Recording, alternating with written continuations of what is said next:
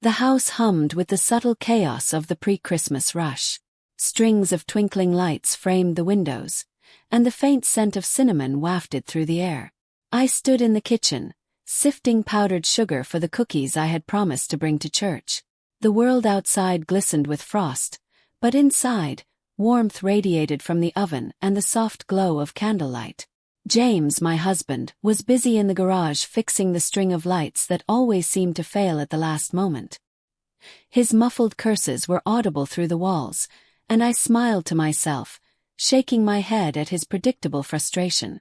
My son, Daniel, sat at the kitchen table with his nose buried in his phone. At 18, he was no longer the boy who'd helped me decorate cookies, leaving trails of sprinkles across the floor. He'd grown into a tall, quiet man, reserved but with an intense presence that sometimes made the house feel smaller. "Can you hand me the tray, Daniel?" I asked, breaking the silence. He looked up, startled, his deep brown eyes meeting mine. "Oh yeah. Sorry, Mom," he said, handing me the tray. His hand brushed against mine briefly, and I flinched, not from discomfort but from the suddenness of the spark that followed. It was fleeting, a moment that could easily be brushed aside, but it stayed with me as I slid the tray into the oven. James burst through the door a moment later, a triumphant grin on his face. "Fixed it," he declared, holding up the string of lights like a prize. "Finally," I teased, wiping my hands on a dish towel. "Go hang them before we lose more daylight." Daniel chuckled softly, his deep voice adding a warmth to the room that contrasted with the cold draft James let in.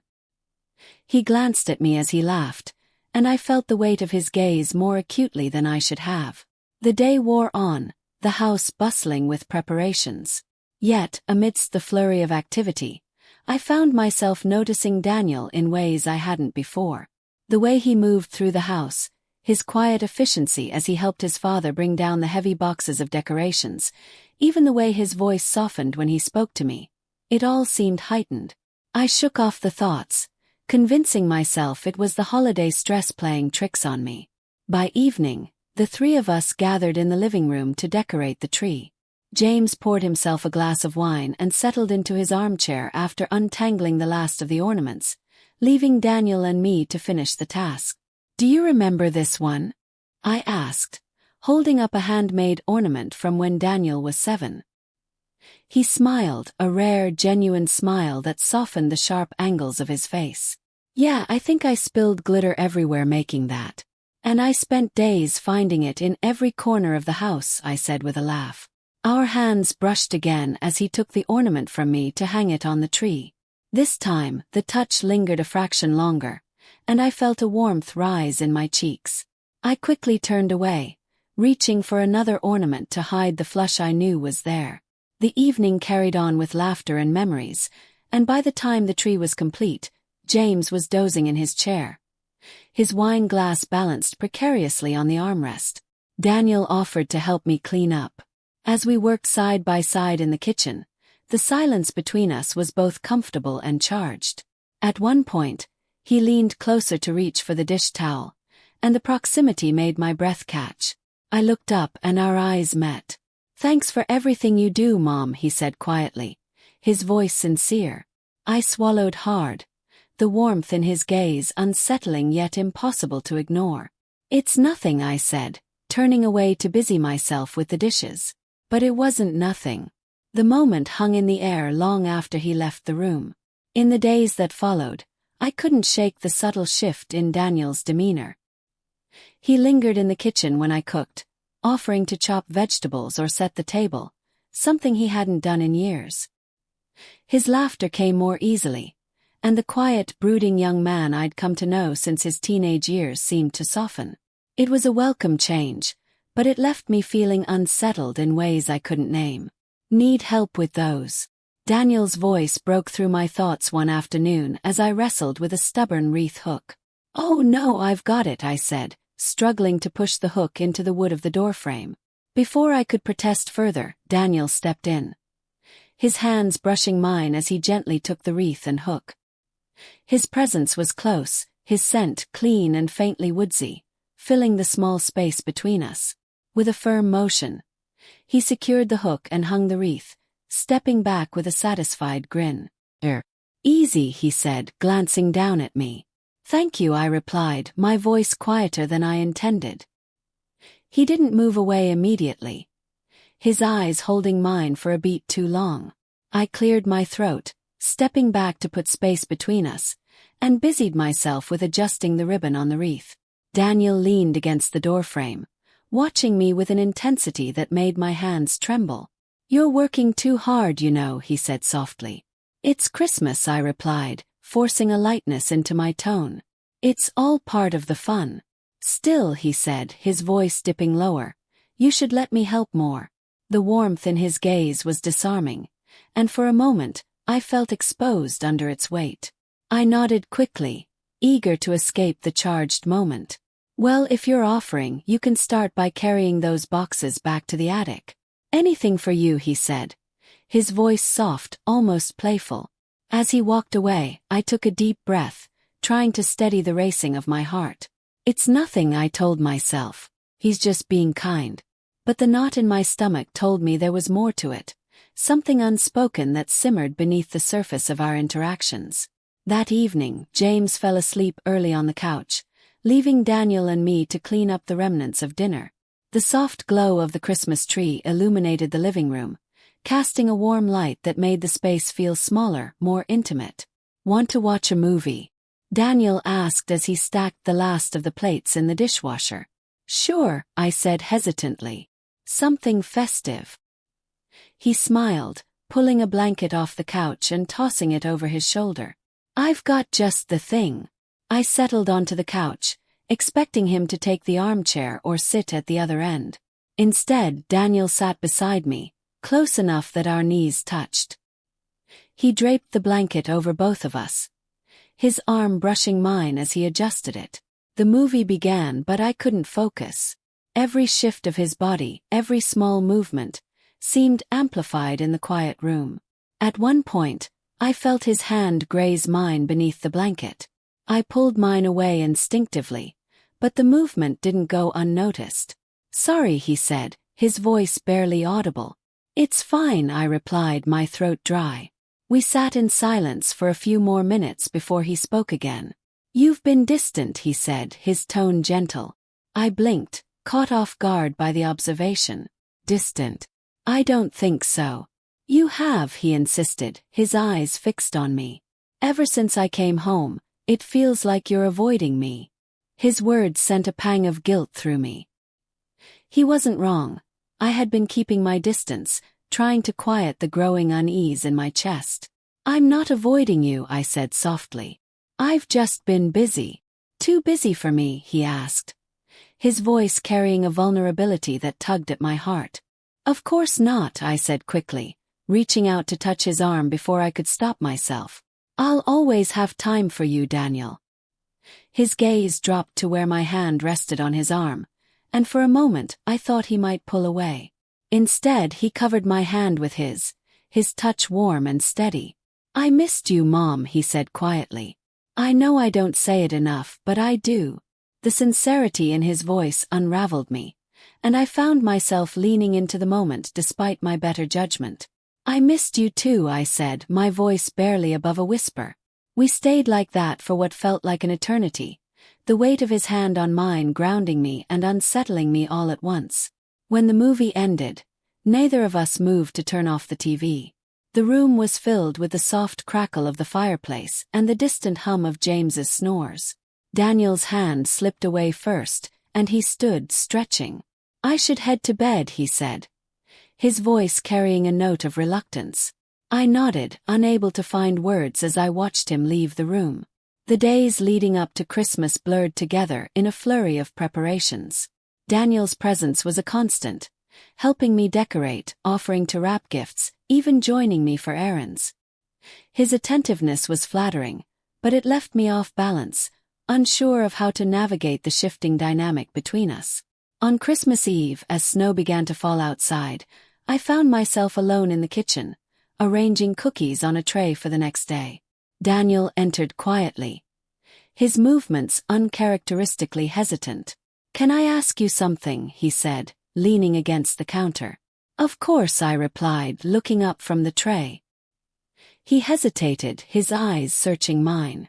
Do you ever feel like there's more to this than just being family? The question took the air from my lungs. I set the tray down carefully, my hands trembling.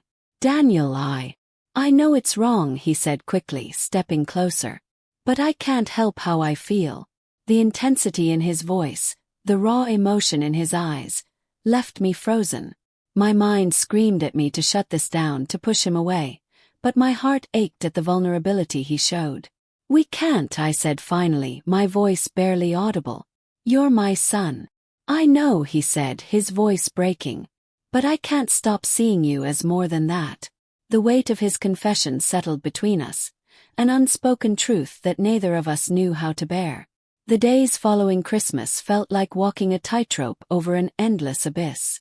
The air in the house had changed, thicker, heavier, as though the walls themselves bore witness to the unspoken truths between Daniel and me.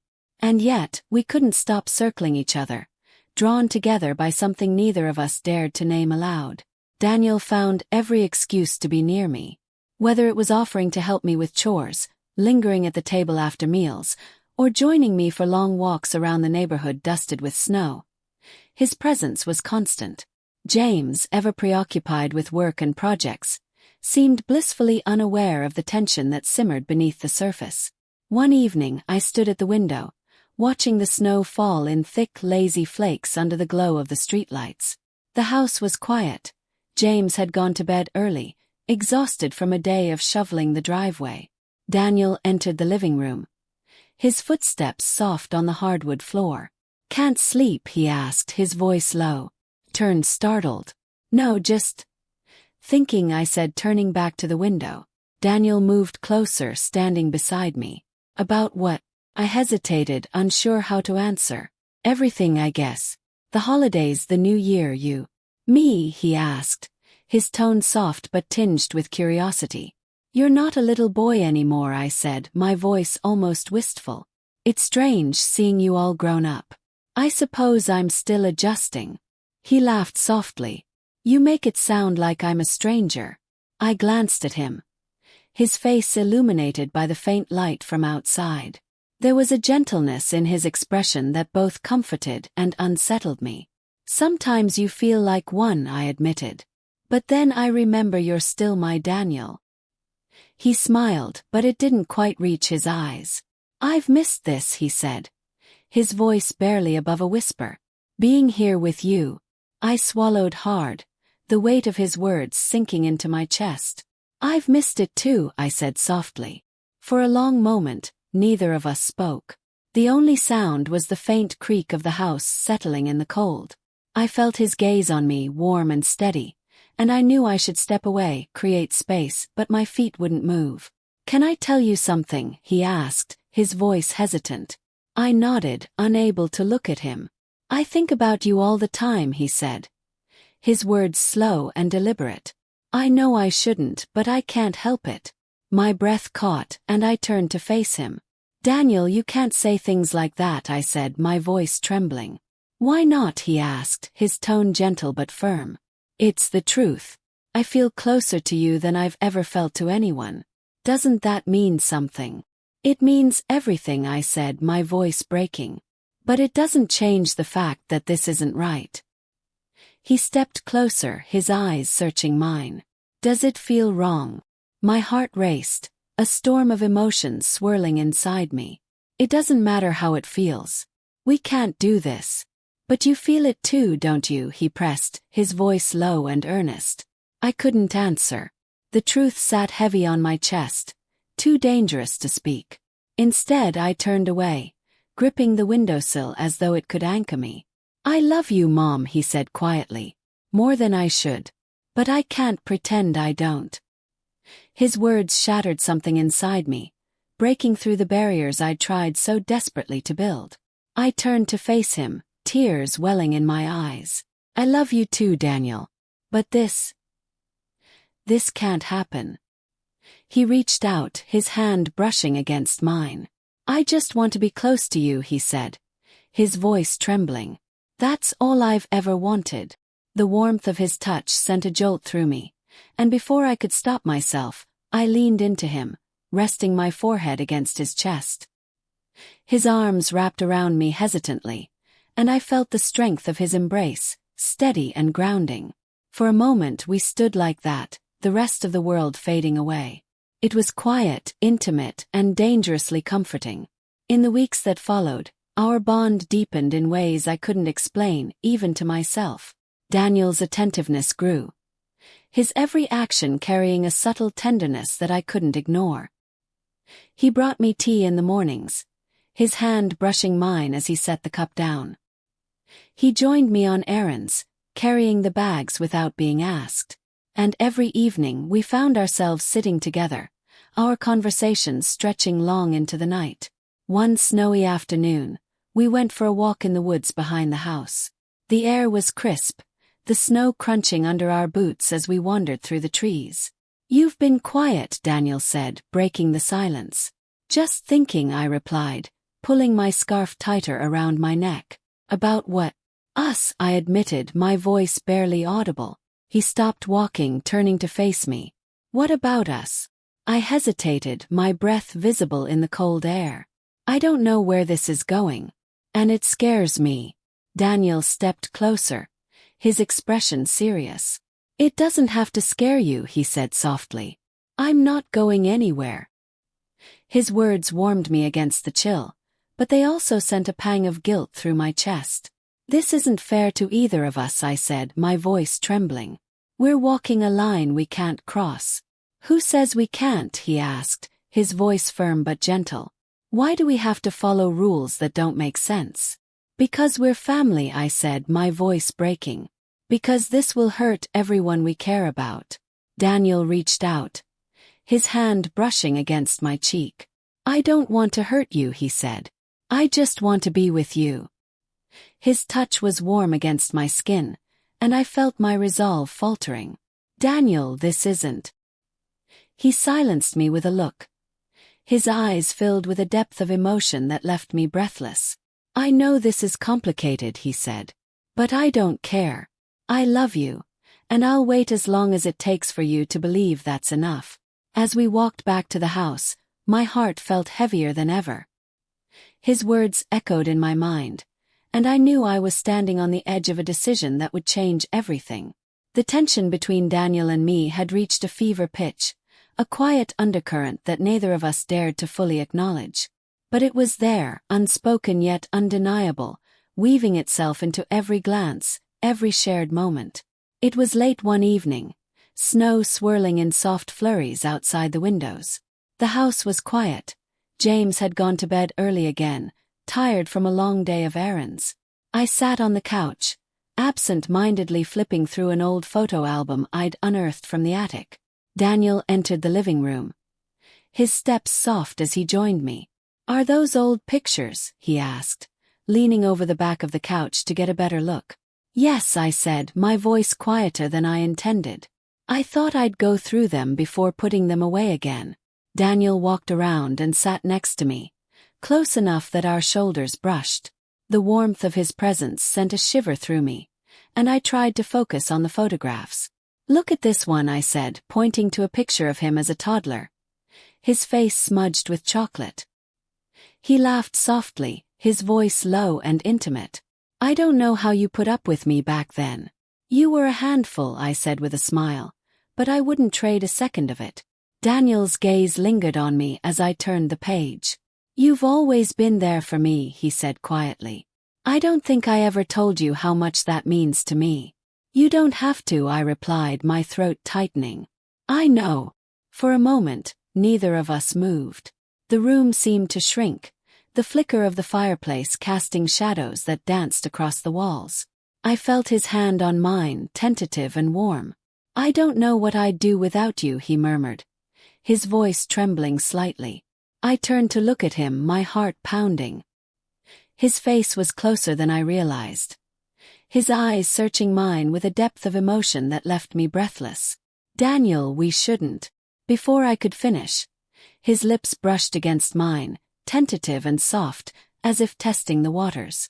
My heart raced, a storm of emotions crashing through me. For a moment I froze, caught between the instinct to pull away and the inexplicable pull toward him. The kiss deepened, his hand cupping my cheek as the warmth of his touch melted the last of my defenses.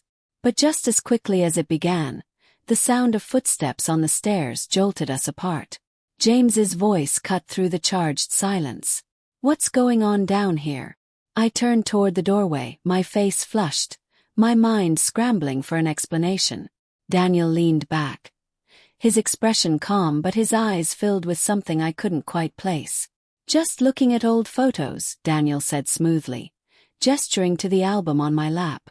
James looked between us, his brow furrowing slightly. "It's late," he said after a pause. "Don't stay up too long." He disappeared back upstairs and I exhaled shakily, my hands trembling as I closed the photo album. Daniel didn't move, his eyes fixed on me. "Are you okay?" he asked softly. "No," I whispered, my voice barely audible. "This has to stop, Daniel. We can't do this."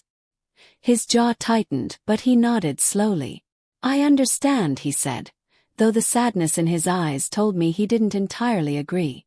I stood, clutching the album to my chest. "Good night," I said, my voice breaking. "Good night, Mom," he replied, his voice filled with an ache that mirrored my own. The next morning, the house was thick with an awkward silence. James seemed oblivious to the tension, but I couldn't meet Daniel's gaze without feeling the weight of the night before pressing down on me. Over breakfast, James mentioned a last-minute errand he needed to run in town. "It might take a while," he said, grabbing his coat. "Will you two be all right here?" "Of course," I said, my voice steadier than I expected. As soon as the door closed behind him, the air shifted. Daniel stood by the sink, his back to me as he washed his plate. "I'm sorry," he said finally, his voice low. "For last night." I hesitated, unsure how to respond. "We both let it go too far," I said, my words careful. "But we can't let it happen again." Daniel turned to face me, his eyes filled with regret. "I don't want to make things harder for you," he said. "But I can't pretend I don't feel this." "Daniel, please," I said, my voice trembling. "This isn't about what we feel. It's about what's right." "And what if this feels right?" he asked, his voice breaking. I shook my head, tears welling in my eyes. "It doesn't matter. It can't happen." The sound of the door opening interrupted us, and James's cheerful voice called out from the entryway. "I forgot my wallet." Daniel stepped back, the distance between us both a relief and a wound. I wiped my eyes quickly, forcing a smile as James entered the kitchen. "Found it," James said, holding up his wallet with a grin. He paused, looking between us. "Everything all right?" "Just fine," I said, my voice steady despite the turmoil inside me. Daniel nodded, his expression unreadable. "Everything's fine." As James left again, I felt the weight of Daniel's gaze on me, heavy with unspoken words. I knew this wasn't over, not for him and not for me. But for now, the fragile balance of our family held, though it felt like it could shatter at any moment.